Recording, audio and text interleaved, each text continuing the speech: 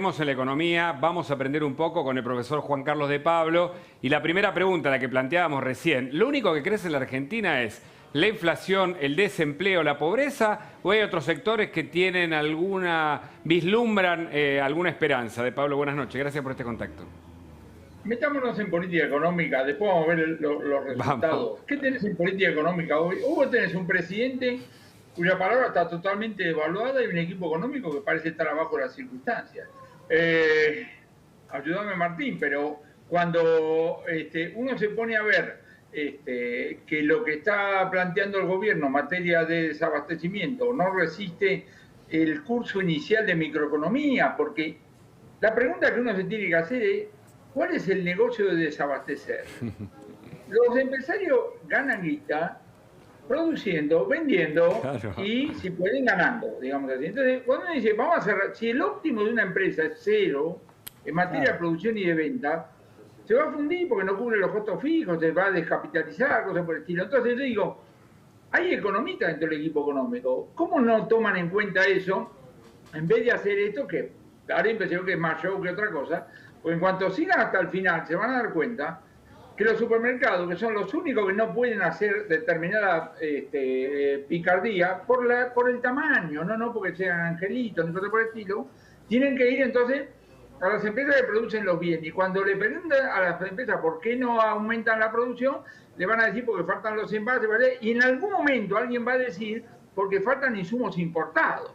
Y cuando diga eso, entonces los piqueteros, todos que están ahí chequeando, van a tener que ir al Banco Central a decirle, che, flaco, a ver qué milagro haces para que entonces vuelva la producción, ¿no? Claro. Lo increíble, Juan Carlos, es que la medida, digamos, hay dos medidas concretas, hay varias medidas, una de ellas es una multa posible, pero otra de las medidas es directamente el arresto del empresario que aparentemente está desabasteciendo, acto seguido la clausura del comercio. Entonces uno no entiende cómo clausurado el comercio va a abastecer más que cuando está abierto, es un poco contradictorio. Y justamente te quería preguntar porque la ley en la cual se basa esto es una ley del año 74. Y como vos sos un hombre con algunos años más que yo y has vivido... de experiencia y sabiduría. Pero digamos. además sos un estudioso de la historia económica argentina, hablando en serio ahora, y has escrito mucho sobre historia económica argentina.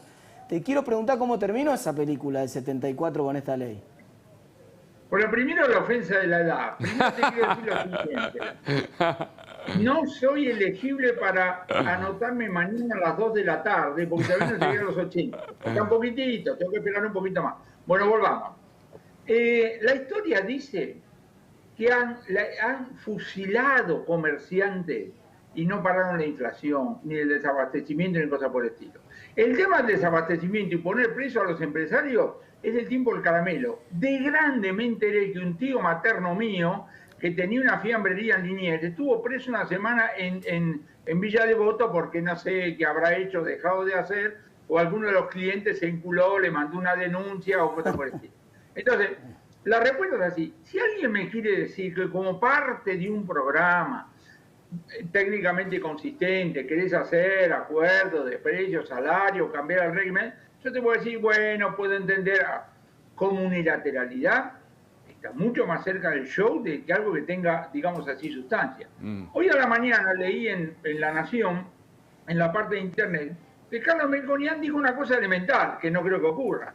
El ministro Guzmán tiene que enfrentar al presidente de la Nación y a la vicepresidenta para decir, miren muchachos, denme una manito.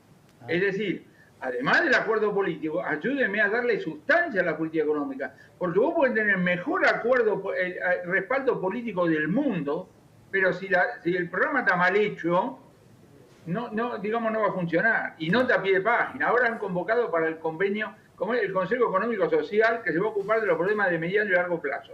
¿Cree que te diga algo? Esto es irónico, espero que nadie se sienta herido. Pero más o menos como si ahora me llama un primo mío para decirme qué quiero cenar porque están pensando en la cena de Navidad. Claro. ¿Vos te imaginás el horizonte que tenemos en la Argentina que hoy me esté diciendo vamos a pensar el mediano y largo plazo? En el primer plato de Nochebuena. El que tenemos en el aquí y ahora. Claro, claro.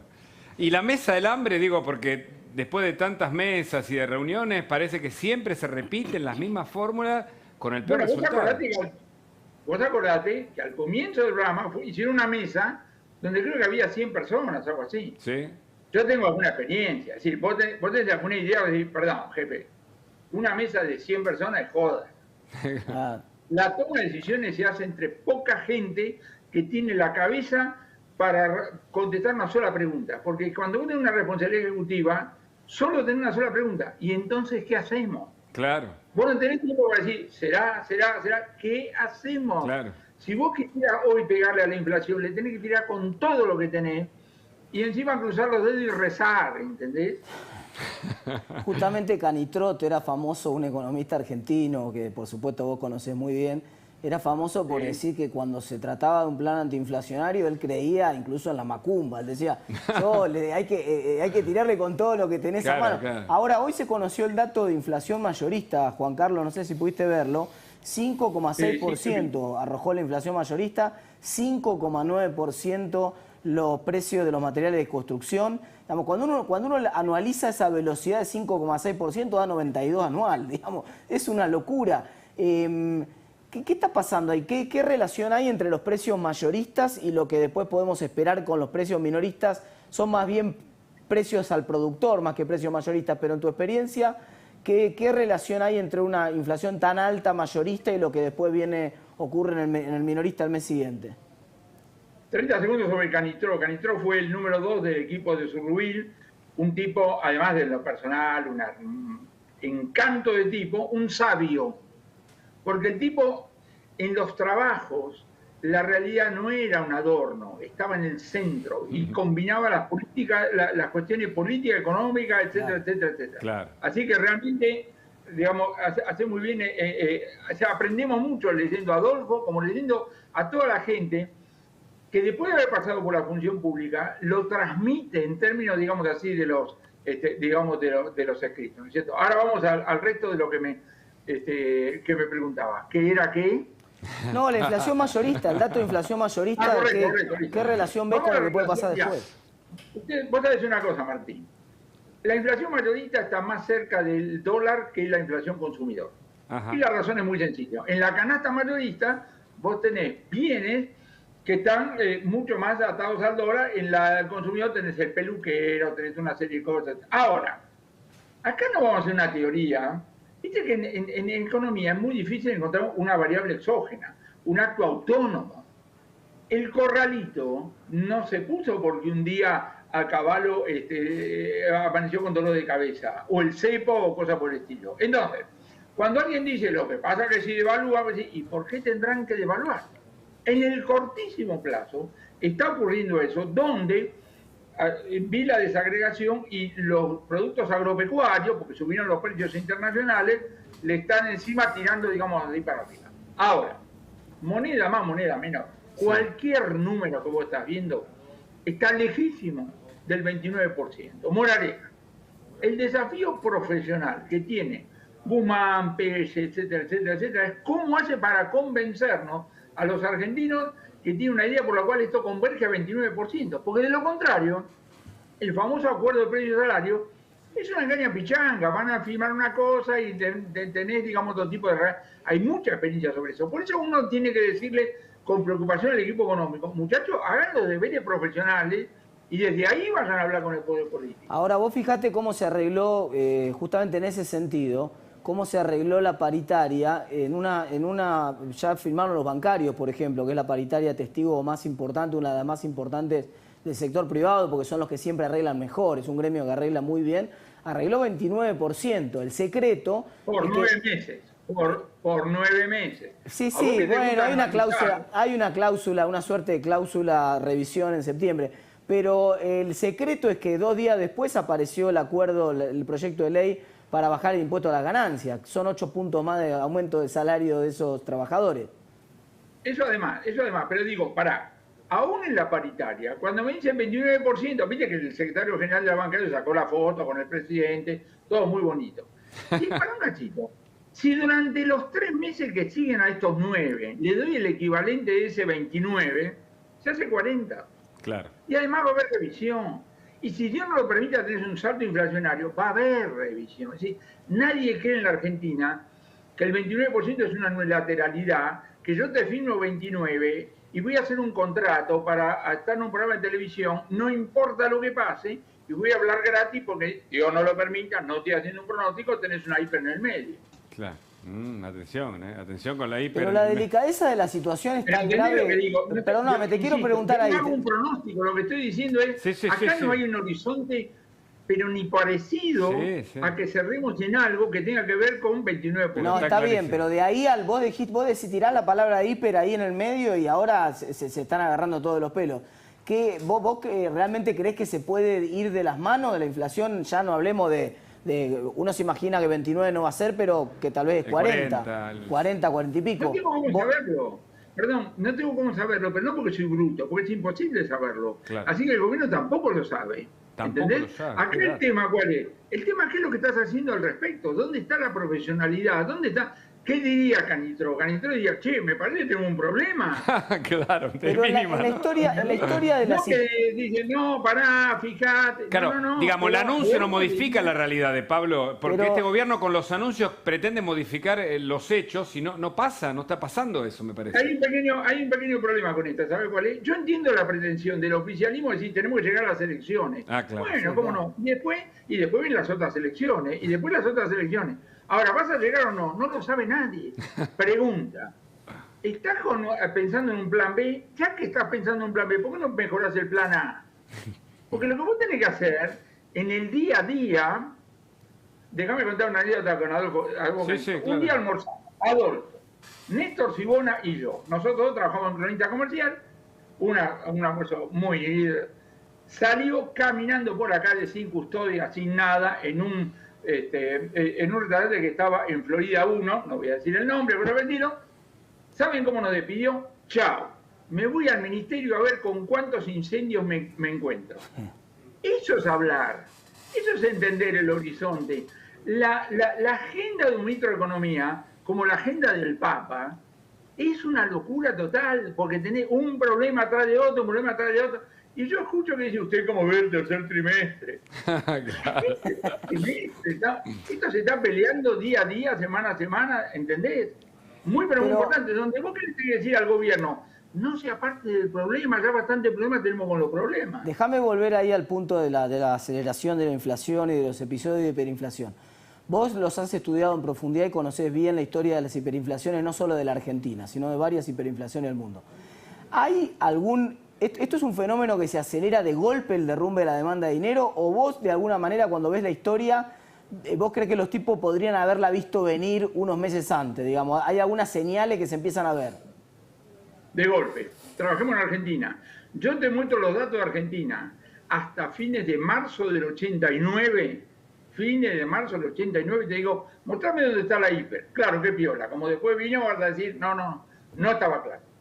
A fines de marzo del 89, necesito 2 minutos para explicar esto porque es muy importante. Sí. El candidato radical, que era Angelos, lo va a ver al presidente Alfonsín y le dice, estoy perdiendo las elecciones por la política económica, tenés que cambiar el equipo. Contra su voluntad. Alfonsín le dice a Zurruy, tienen que ir, y va a la góndola del supermercado a ver qué hay. Y en esas condiciones hay muy pocas cosas. Lo encontró a Pugliese y lo encontró a Jesús Rodríguez. Como Macri, después del pelotazo de las PASO, lo encontró a Lacunza, ¿entienden ustedes? Muy bien. Después hablamos de Lacunza. Entonces, se van. Aparece Pugliese y se inmortalizó porque hace el primer paquete de medidas y a la noche aumenta el dólar paralelo y dice, les hablé con el corazón, me contestaron con el bolsillo. Si alguna duda te quedaba, mi querido Martín, de salir rajando a comprar dólares, Pugliese te la solucionó. Salimos rajando a comprar dólares y no para más. Entonces digo... Y entonces fíjate que interesante, porque vos hablás de la demanda de dinero. No es lo que se emitió desde ese momento en adelante, fue que las mismas cantidad que hasta ese momento me parecía razonable tener, me empezó a quemar. ¿Entendés? Es decir, la hiper es un intento desesperado de sacarme de encima prácticamente todos los pesos que tenga. Si había alguna razón para tener pesos en el bolsillo, en 1989, ¿sabes cuál era? Que no estaba claro si al otro día iban a abrir los bancos. Entonces vos necesitabas un poquito de efectivo, pero la caída fue una cosa fenomenal. Y se fue de golpe, porque la hiper, también en el mundo, la alemana, ¡pum!, digamos así, de golpe. cuando aparece la percepción de lo que se llama un cambio de régimen. Cuando la gente dice, estamos dentro del arca de Noé, terminó de llover, se abre el arca, salió el sol, vamos. La última, o no sé si Martín tiene varias más, seguramente.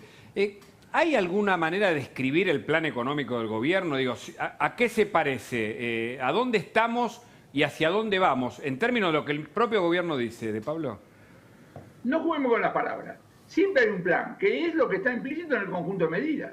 Ajá. El problema que vos tenés es que vos, en la política fiscal, la política monetaria, tenés tasa de inflación implícita diferente a la política cambiaria, la política tarifaria, la política salarial o cosas por el estilo. Ahora, la tasa de inflación termina siendo una. Entonces, el equipo económico tiene que decir, no, flaco, tengo que poner las herramientas de política económica para ir unificando. El otro día, Cecilia Todesca dijo una cosa muy importante. Dijo, tenemos pocas herramientas. Muy bien. Hacete cargo de lo que acabo de decir.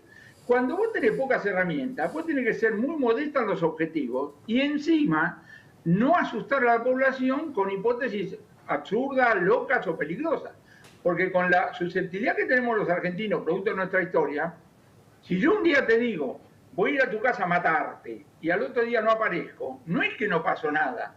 Porque vos te preparaste para que yo fuera, ¿entendés? Sí, claro. Y tengo un problema de credibilidad fenomenal, que yo no digo que es imposible recuperar, pero digo que es muy, muy difícil. Hoy planteé en La Nación el tema, viste que hay gente que dice, si sacás el cepo, lo llenamos de dólares al Banco Central. No, si sacás el cepo, vamos a creer que Pese se volvió loco. Y entonces vamos a salir rajando la compra de los últimos $4 antes de pensar que lo da vuelta. Esto Guillermo Calvo, no me canso de repetirlo, porque Guillermo dice, la misma medida de política económica genera resultados para un lado o para el otro, dependiendo de si te creen o no. Entonces, la credibilidad está o falta de credibilidad está en el centro de la explicación económica y de los efectos que puedes esperar. Me gusta ahí hacer como una analogía con el fútbol, ¿no, Juan Carlos? Porque una cosa es cuando la pelotita entra, ¿no? Ahí el humor del vestuario es bueno, todos son amigos. Pero cuando la pelotita no entra, empieza a haber problemas en el vestuario. El vestuario se pone pesado y uno se imagina desde afuera que el equipo tendría que tirar todos juntos los 11 para el mismo arco, pero en la práctica muchas veces pasa en el fútbol que eso no ocurre. En el gabinete económico, ¿puede estar pasando una cosa parecida? Digamos, cuando uno dice, se está hablando, de hecho te hago la pregunta, voy a ser más franco todavía, hay una versión fuerte de que hay cierta enemistad entre Guzmán y el Instituto Patria y que este tipo de declaraciones del estilo de la de Fernando Vallejos o el tipo de medidas que quieren propugnar por el lado del Instituto Patria no tiene nada que ver con lo que piensa Guzmán. Eso es evidente, pero en todo el equipo económico ocurre eso. La pregunta ¿cuál es? ¿Quién manda? Claro. ¿Quién manda? En el equipo del Mingo todos pensaban igual, probablemente no, pero el Mingo decía basta, o Zurruí, basta, ¿entendés?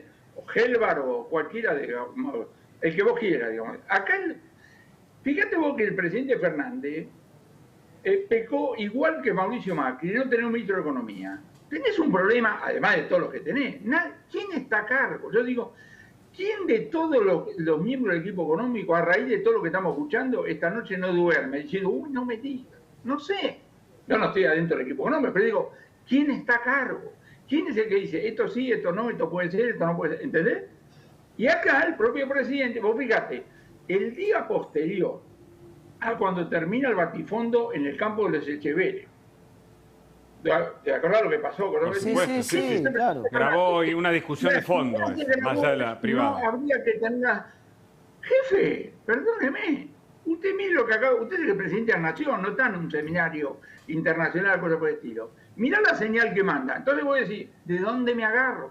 Y yo insisto, los argentinos no somos particularmente inteligentes, pero tenemos una sensibilidad producto de la historia que tenemos. Ahora, de Pablo, a ver, en el medio el gobierno toma medidas que no se entiende muy bien para qué y con qué sentido. No digo que esté mal, digo que no se entiende por qué. Por ejemplo, el tema de que la AFIP va a controlar ahora la registración de los alquileres. Está bien, todo el mundo sabe que hay que pagar impuestos y que yo. Ahora, En una economía tan informal como esta, donde las propiedades son, bueno, reserva de la gente, uno no termina de entender si están rascando el fondo de la olla, si están desesperados, o si es un castigo a la clase media, media alta, que tiene estos ahorros, digamos, que rinden tampoco. Un alquiler, hoy por hoy, no sé, da el 2%, no sé cuánto. Pero ¿hay saña ahí o cuál es la explicación de esto que preocupa a muchos propietarios? Negro, los alquileres son parte de los ingresos, tiene que pagar el impuesto a las ganancias. Digamos, yo no veo en eso, ahí no veo nada extraño, digamos, ni cosa por el estilo. Ahora, vos le podés decir a la FIP, che, por lo menos la tercera parte de la economía es informal. Entonces, dejate simplemente cazar dentro del gallinero y a ver si haces algunas obras un poco más, digamos, y te vas afuera un poquito. Ahora, ¿cuál es el problema de los alquileres? El problema de los alquileres, de los cuales la primera ley de control de alquiler, la primera guerra, fue circunstancial, y después de Perón para acá. Claro. Cuando vos congelás los alquileres, los que ya son inquilinos dicen, esto es vida, muy bien. El pobre tipo que estaba por alquilar, al otro día se encuentra con que desapareció la oferta. Claro. Punto. Vos segmentaste. Es el viejo tema de que hay dos definiciones de colectivo lleno, ¿viste? Los que ya subieron dicen, arranque, chofer. Y los que estaban por subir dicen, corriéndose al interior. Siempre ocurre. Siempre ocurre. Entonces, vos viste que bien, sí. Los periodistas dicen, no, me parece muy bien congelar los alquileres, porque están por el bolsillo pensando en los deudores. Pero vos tenés que seguir la historia. Y la historia es, hoy le complicaste la vida a todos los tipos que estaban por alquilar. Y la vida sigue. Claro. Y a medida que sigue, el stock de tipos que tienen los alquileres congelados va disminuyendo. Te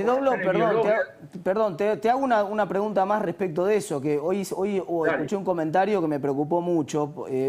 Claro, el congelamiento está generando que todos los contratos de alquiler que se vencían estén prorrogándose de manera automática. En el momento en el cual el gobierno termine el congelamiento, se van a vencer todos juntos los contratos de alquiler. Y cuando se venzan todos juntos los contratos de alquiler, en este contexto en el cual no hay oferta, va a ser una carnicería. No, yo sé lo que va a pasar. Lo van a seguir congelando, y no vas a tener un solo departamento en nuevo alquiler, que fue exactamente lo que pasó a partir de la época de Perón hasta que fue liberalizado en la época de Martínez Dios, donde hicieron encuestas, millones de cosas.